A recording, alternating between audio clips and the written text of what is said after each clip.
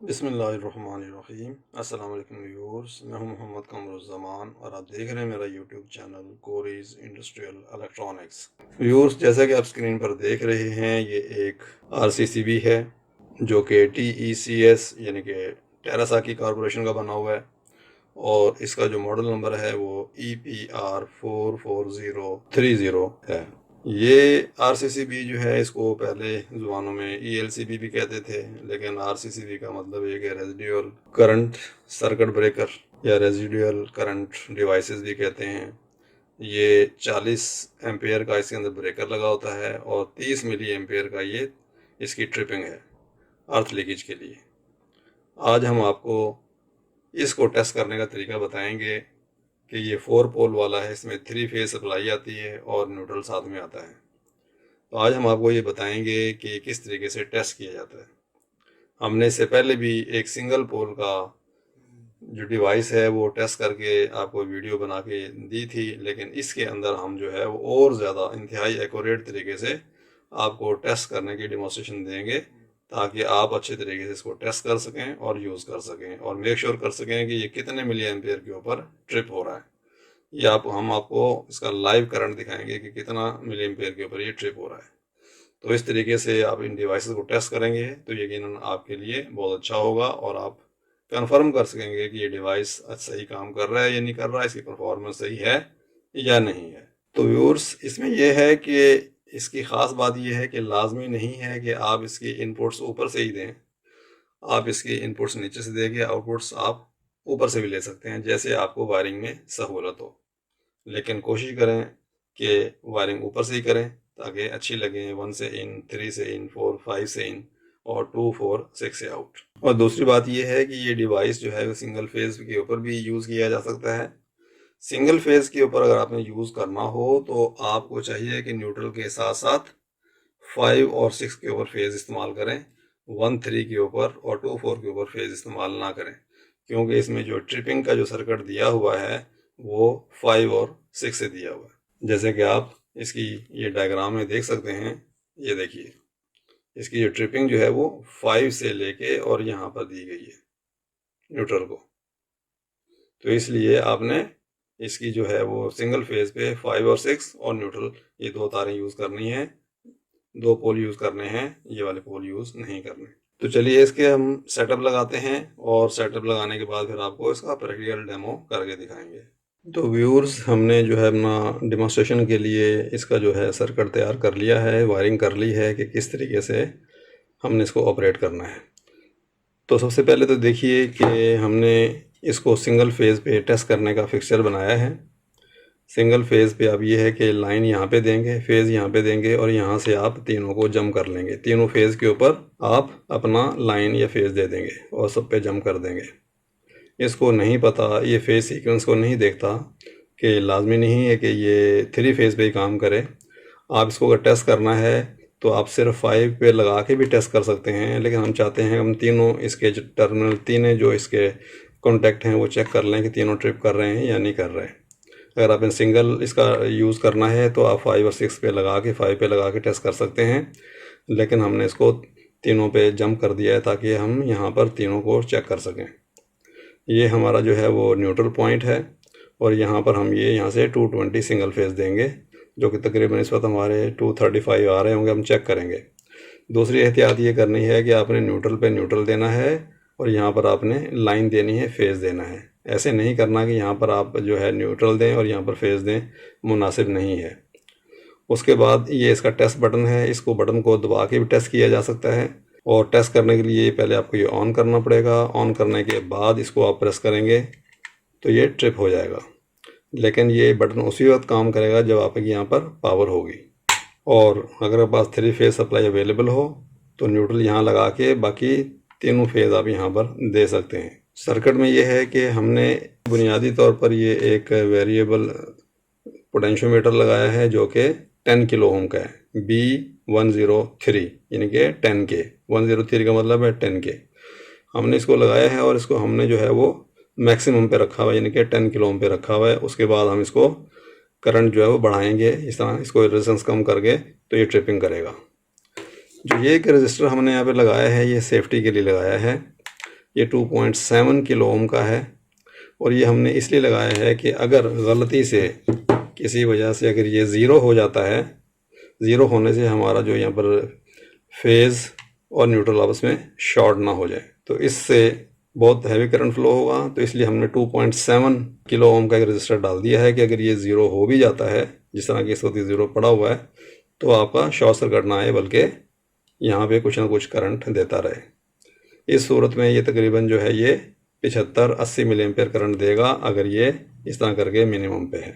तो हम ये करेंगे कि इस वायर से हम यहाँ से इसको फेज़ देंगे और ये फेज़ हमारे इस पोटेंशियोमीटर से निकल के न्यूट्रल पे जाएगा इस रजिस्टर के थ्रू। इसकी डायग्राम देख लीजिए, ये कुछ इस किस्म की डायग्राम है टेस्ट सर्किट की।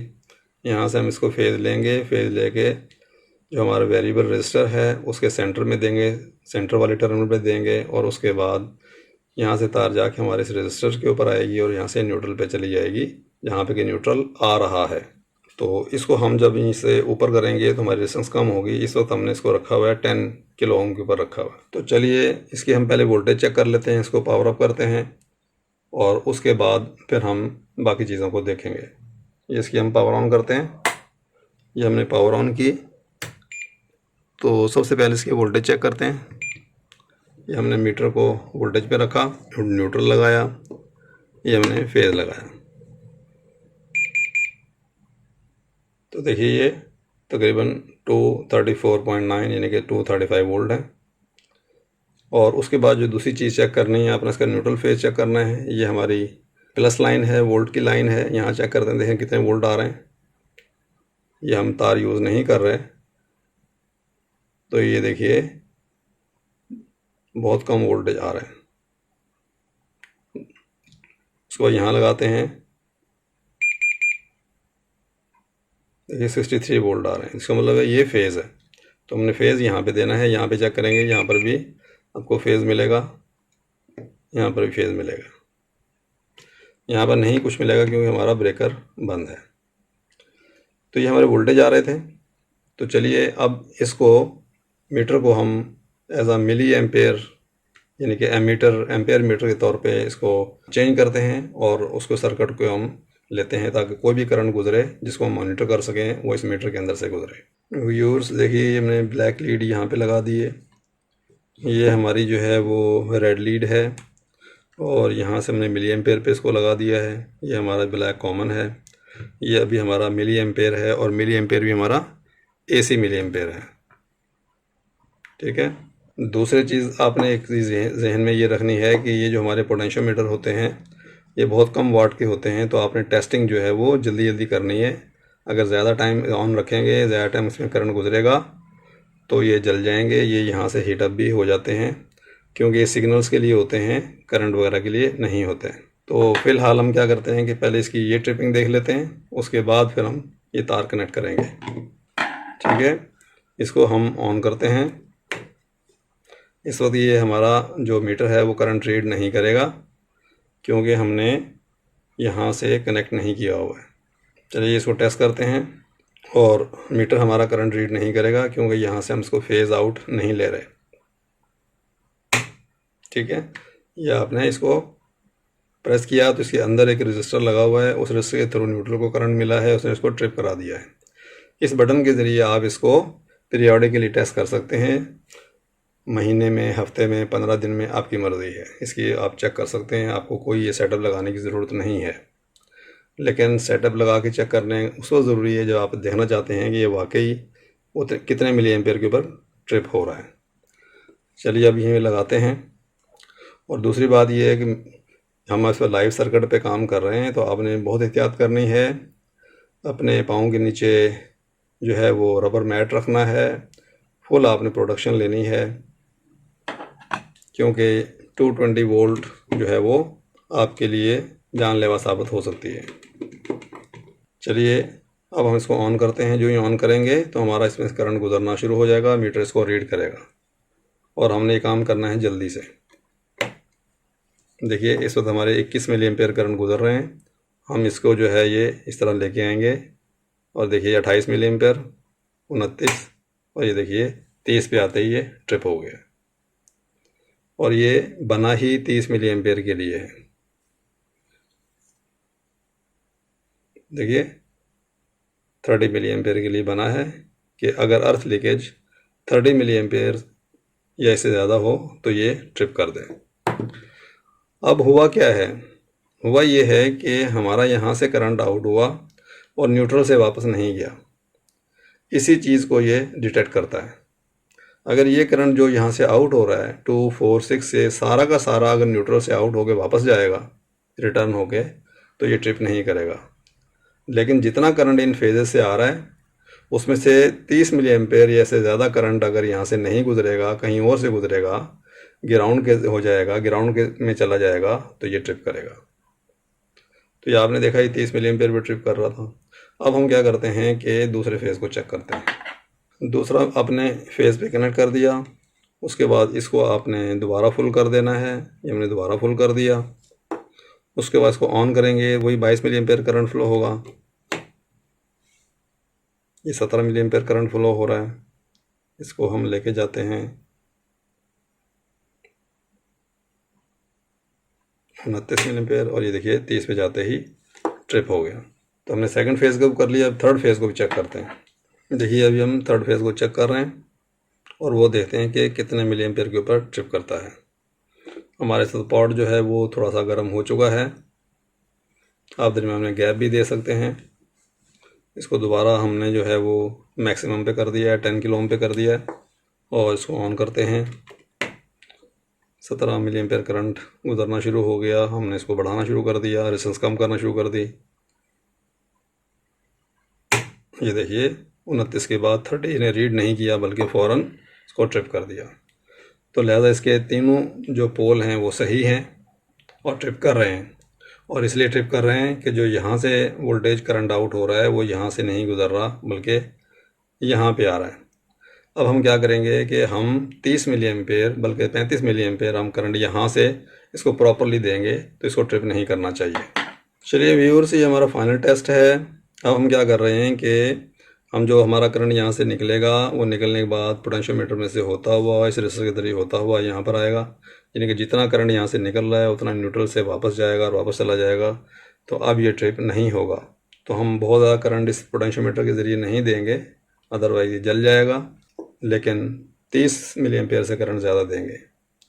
चलिए इसको ऑन करते हैं। ठीक है, ये हमने ऑन कर दिया। इसको हमारा 18 मिली एम्पेयर करंट चल रहा है। अब हमने इसको बढ़ाना शुरू कर दिया। ये देखिए 24, 30, 32, 35 मिली एम्पेयर। तो अभी इसको हम बंद कर देते हैं क्योंकि हमारा पोटेंशियोमीटर गर्म होना शुरू हो गया है और ये ट्रिप नहीं हुआ है। ठीक है व्यूअर्स, तो इस तरीके से आप इसको चेक कर सकते हैं। जितना करंट यहाँ से निकला है उतना ही यहाँ से वापस जाएगा, तो ये ट्रिप नहीं होगा। लेकिन अगर यहाँ से करंट निकल रहा है और उतना वापस नहीं आ रहा है बल्कि ग्राउंड हो रहा है, तो ये ट्रिप कर देगा अगर वो वैल्यू 30 मिली एम्पेयर से ज़्यादा होगी। तो ये 10 milliampere, 30 milliampere, 300 milliampere, 100 milliampere के आते हैं। तो जितने मिली एम्पेयर का ये होता है उतने पे ही ये ट्रिप करता है। आप इसको 3 फेस दे के भी चेक कर सकते हैं जो कि प्रॉपर तरीका है, लेकिन आप सिंगल फेस के ऊपर भी इसको चेक कर सकते हैं लूप करके, और तीनों फेसेस को अलग अलग। तो व्यूअर्स, ये इंतहाई एक्यूरेट तरीका है चेक करने के लिए कि आप इसको चेक कर सकते हैं कि कितने मिली एम्पेयर के ऊपर ये ट्रिप हो रहा है। कहीं ऐसा तो नहीं है कि 30 मिली एम्पेयर का है और ये 100 मिली एम्पेयर पर जाकर ट्रिप हो रहा है या ट्रिप हो ही नहीं रहा। तो इस तरीके से आप इसको चेक कर सकते हैं। तो उम्मीद है आपके ये वीडियो काफ़ी काम आएगी, आपके नॉलेज में इजाफा करेगी। तो आज के लिए इतना काफ़ी है। मिलते हैं इंशाअल्लाह ताला नेक्स्ट वीडियो में। जब तक के लिए अल्लाह हाफिज़।